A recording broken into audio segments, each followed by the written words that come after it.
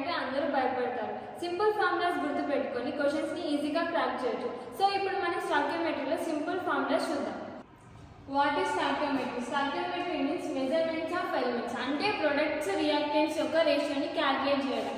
For example 2 moles of hydrogen need 1 mole of oxygen, it gives 2 moles of water. దీని ratio ఏమైతుంది? 2:1:2 అవుతుంది.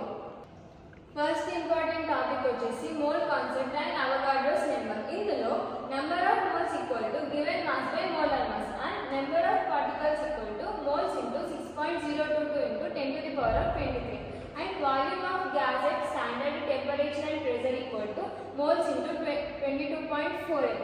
అంటే మన క్వశ్చన్లో మోల్ అన్న పార్టికల్స్ అన్న గ్యాస్ అన్న మెన్షన్ చేసినప్పుడు ఈ ఫార్ములాస్ యూజ్ చేసి మనం ఆన్సర్ని ఫైండ్ చేయవచ్చు. For example find the number of moles in 90 grams of water. ఇక్కడ మోలార్ మాస్ వాళ్ళు మెన్షన్ చేశారు. H2 = 18 grams. మనకి గివెన్ మాస్ ఏమో 90 grams అండ్ మోలార్ మాస్ ఏమో 18 grams. So 5 moles. ఇలా మనం క్యాల్కులేట్ చేసుకోవచ్చు. నెక్స్ట్ ఇంపార్టెంట్ టాపిక్ వచ్చేసి మాస్ అండ్ మోలైట్ వాల్యూమ్. ఇక్కడ mass equal to moles into molar mass and moles equal to volume by 22.4. For example, calculate the volume occupied by 3 moles of O2. ఇక్కడ volume equal to 3 into 22.4 equal to 67.2.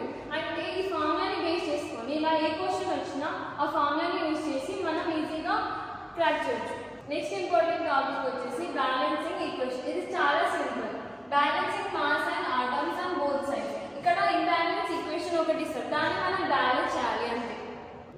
Last topic వచ్చేసి limiting reactant. ఇందులో first step వచ్చేసి find moles of reactant.